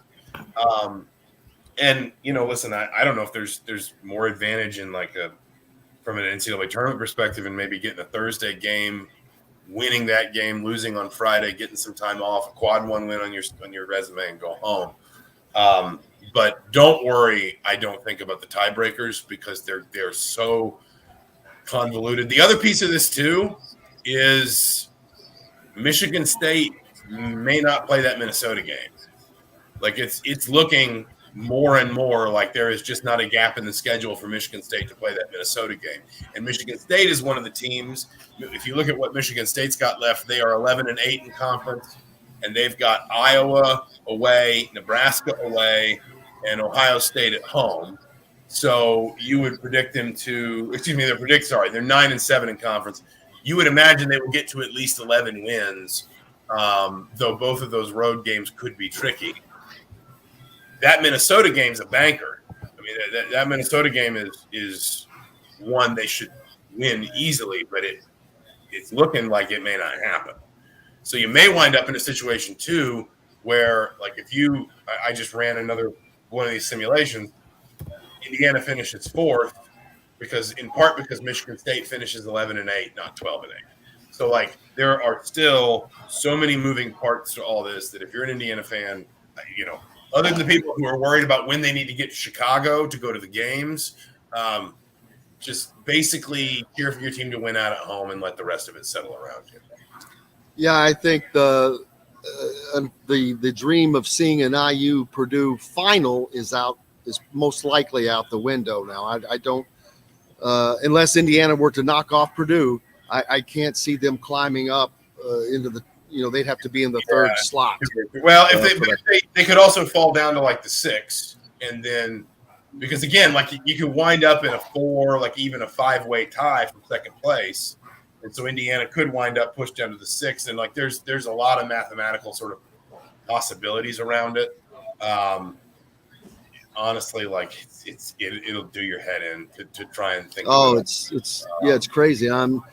We went from separation in that area right now, and I thought that earlier on that there was going to be probably 9 teams from the Big Ten make the tournament, and now I'm like, ooh, that's been cut back. Michigan would just have to do some serious damage. Penn State they've really lost their. I mean, they're coming up on the rails. I don't know that 3 in a row. Yeah, they've won 3 in a row. They closed with Rutgers at home, Northwestern away, and Maryland at home. I mean, you win 2 of those 3, you guarantee yourself a 10-10 spot in the conference. That's a couple, solid home wins.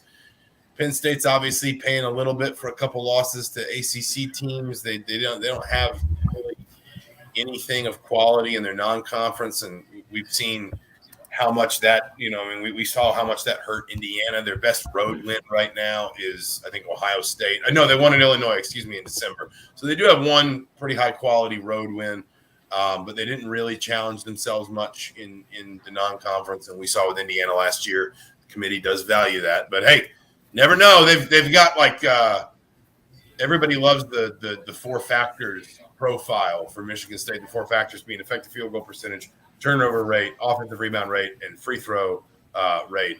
Penn State has a real chance to finish first in 2 of them and last in 2 of them. They are 5th in effective field goal percentage, 1st in turnover rate. This is nationally, and they are dead last nationally in offensive rebounding rate and free throw rate. All they do is go 4 out and take 3s. So could be fun, could be interesting. I think Chicago could be an absolute melee because I think you're going to have I think you're going to have 3 or 4 teams that are going to get up there and genuinely think if they can win 2 games they'll get into the tournament. You're going to have I think at least one team from like the Illinois, Northwestern, Indiana sort of side of the field that like is going to feel like if we can make a run we can just blow up our seeding. And then you're going to have Purdue out ahead of everybody just sort of trying to figure out how to be the lone front runner. I think Chicago could be chaotic to say the least. It's going to be an absolute fun tournament, no question. And I don't think that any of us expected this much squeeze. This many teams squeezed in together at this time. Although we did expect it to be fun, but it's been all of college basketball has been like this. You look at the Big 12, man. If people think that the Big 10 is something, you need to look over to the Big 12. They've got, I don't know, they're going to get 9 teams in. Are they going to get 10 into the Texas Tech has been making a run, but that's a conference. I don't think. I mean, Oklahoma, West Virginia, Oklahoma State. I think you're going to struggle to get like 2 of those in. But Texas Tech is surging. I mean, TCU's 7 and 8 in the conference, and they're a top 20-ish team. I mean, that's the best conference in America this year. They took absolutely, and you're gonna have 2 of those teams in every region. So it's going to be fun.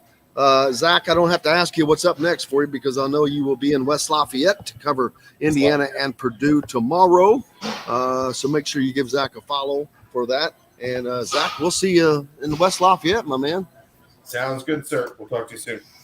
Thank you very much. Zach Osterman from the Indy Star joining us here on Indiana Sports Beat Radio, coming to you from the Golf Club at Eagle Point Studios mobile unit here at BB's Market today. Brought to you by our good friends at Endeavor Hospitality's Wild Club Metalworks Brewing Company with Dr. Hops.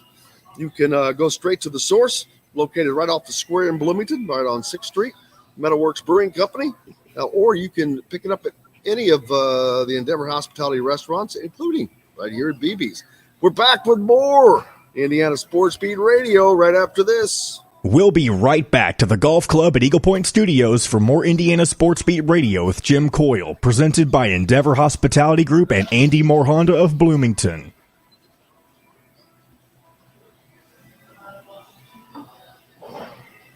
Man, or did we miss a break?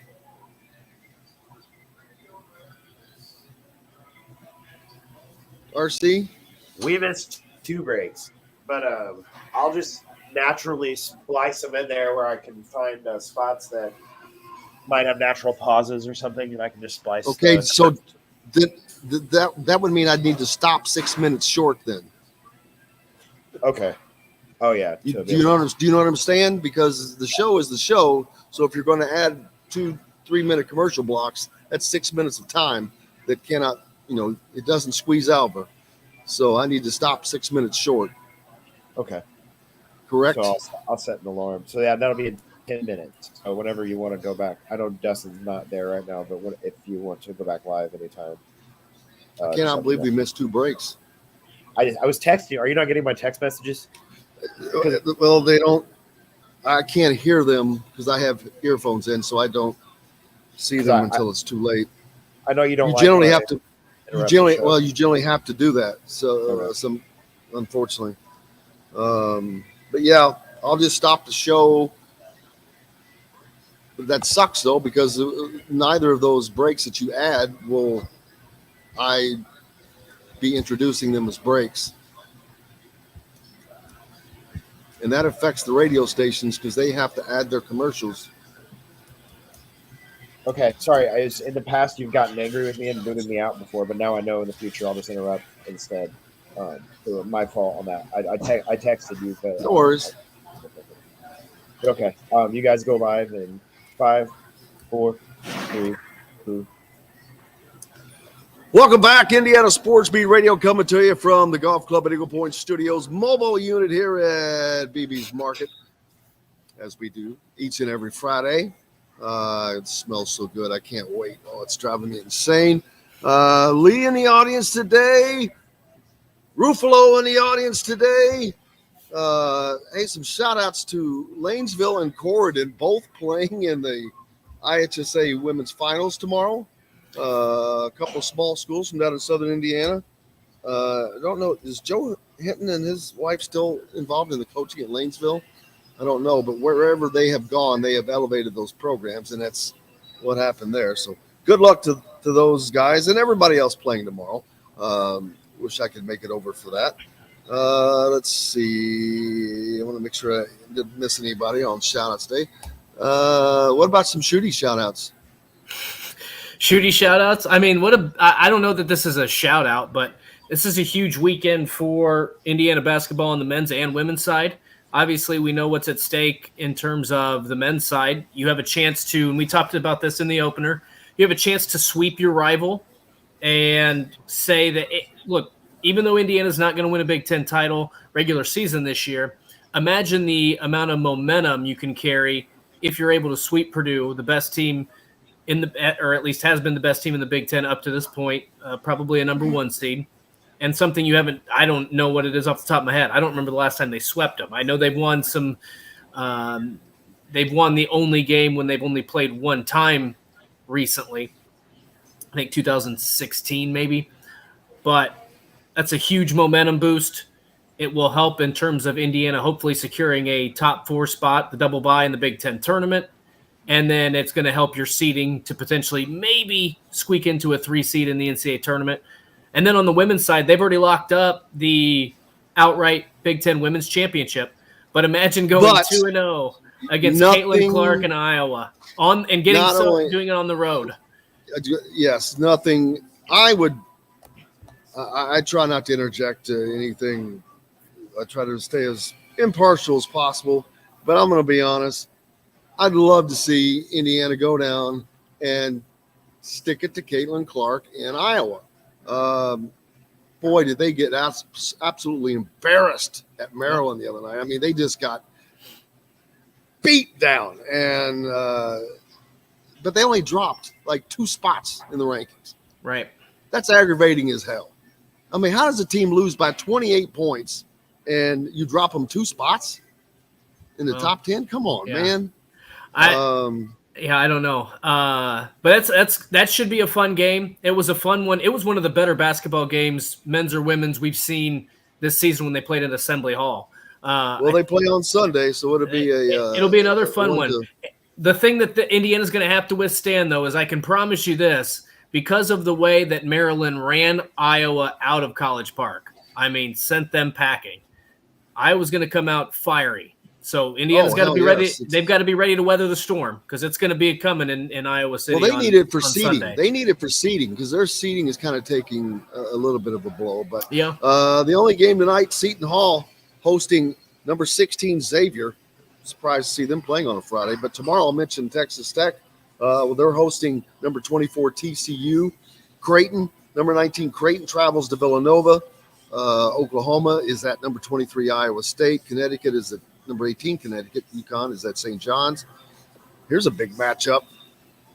Number 8 Texas and number 9 Baylor. See, there's your Big 12, man. All those Big 12 teams. There you go. Number 7 Arizona hosting Arizona State. Number 2 Alabama hosting Arkansas. With that situation still going on with the criminal on the roster. Number 14 Kansas State's at Oklahoma State. Number 25 Texas A&M's at Mississippi State. Number 13 Miami of Florida hosting Florida State. Number 3 Kansas hosting West Virginia. Number 6 Virginia trying to bounce back from that embarrassing loss. Travel to North Carolina, which should be a win for them. That could be a funky situation.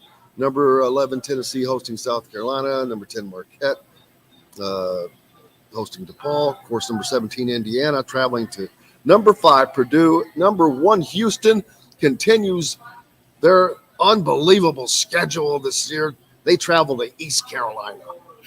Oh boy, I'm sure that'll be tough. Number 15 St. Mary's is at number 12 Gonzaga. 2 other teams that St. Mary's they've been overranked all year. Number 22 San Diego State's at New Mexico. Sunday you've got Northwestern. Number 21 Northwestern is at Maryland. That's a loss, that doesn't really help Indiana because Northwestern is not getting knocked out of. Let's see, I have this game. Northwestern is they're far enough ahead. That would be 11. Actually, that would make them 11-7. I think with Indiana could tie them if they were to win. Illinois could tie them with it. This is going to be a funky. Yeah. Well, this Big Ten season is going to be fun to figure out. Well, I mean, and you got 3 or 4 games here down the stretch. I don't know how many Northwestern still has, but I mean, theoretically, Indiana could still pass Northwestern. The problem is if you tie, obviously Northwestern gets because Northwestern gets the tiebreaker having won both of those games. So it's going to be tricky. It's going to be tough. I don't think Indiana's going to get the number 2 seed, but you never know. I mean, Northwestern blew a big lead last night. I was just hoping they were in opposite brackets as Purdue. Well, it could still happen if they get the 3 seed. But, right, but I don't know that they're going to manage. Well, I think personally they're going to finish the season 2-1, and they're going to end up being 12-8. Sure. Just like Ken Palm projected. What does Northwestern do? What does Illinois do? All right, so they're going to, exactly. I can't get Northwestern schedule up, but I don't think we have time to do all that stuff now. This late. Just curious as to whom Northwestern does play, as this thing is just running so slow. They've got. I mean, right, they finish at Maryland. That's a loss. They host Penn State. That's a win, and they have to go to Rutgers. Let's say they finish 1-2. What would that make them? I have to go back. See, I got flipping back and forth from the same school. 12. See, that would make them 12-8. Yeah, and you can't tie them. You got to pass them. So Indiana would probably have to win. But see, that would only knock Indiana down to 3rd, so that would be fine. So now you got to look at who's behind them. Illinois. They have the tiebreaker over Illinois. It's convoluted. Michigan 10-7, Michigan State 9-7, and then Iowa and Rutgers both at 9-8. I mean, it's a cluster. Illinois finishes with 2 road games. They have to go to Ohio State, which they should probably win that game. But then you have to play Michigan at Michigan, and then you have to go to you have Michigan at home. So that's probably a win. And you have to go to Purdue. That's a loss. So I don't know, man. They could finish 2-1 as well, but that would put them in a tie with Indiana. Indiana would have the tiebreaker over them, so that would leave Indiana in the 3rd slot. But now you have to worry about Maryland. Right. And where they finish. And their schedule sees them finishing against hosting Northwestern. I'm going to give Maryland that win. They have to go to Ohio State and Penn State. I'm going to say they finish 1-2. That's what Indiana needs to hope for, at least. And if Maryland finishes 1-2, that would make them 11-9. And that's what Indiana needs to happen to maintain that 3rd spot double bye. And then you're not only do you have the double bye, but you're on the opposite side as Purdue, and you can still have the Indiana-Purdue Big Ten Tournament Championship. You know what's going to happen? I've got it all figured out, everybody. Now that you figured it out, you know what's going to happen? Purdue's going to be the 1 seed, Indiana's going to be the 3 seed, and they'll both end up losing on Friday, and that'll be the end of it. Well, we'll certainly find out. I think RC's telling us it's time to go. No, are you? Yes, sir. Yes, it's time to go. All right. Well, it's been a great day as always. Fun to be here. Great time at BB's as always. Make sure you stop by. Come in. You can get your cakes pre-made or all of your specialty meats, whatever you need. Pre-order food, meals. You can do all of that. Or any of the Endeavor Hospitality restaurants. Make sure you support the people that support us and make this possible. We greatly appreciate them, like Andy Moore Honda as well. Make sure you stop in and visit those guys. Without them, we've got no reason to be here. Reynolds Family Dentistry, of course. Go see Dr. J for that championship smile. And our friends at Bubba's 33 in Clarksville and Evansville. Off of I-65 on Veterans Parkway down in Clarksville Road, and then down in Evansville right off of the Lloyd. So great places to watch games there. But we'll be back. I believe you'll have Charlie on tomorrow for the Hoosier Cast. And I don't know if we'll make an appearance or not. But we'll be back on Monday for certain. Absolutely. But until then, thanks to Zach Osterman, of course. Thanks to RC for filling in. And Dustin Schutte as well.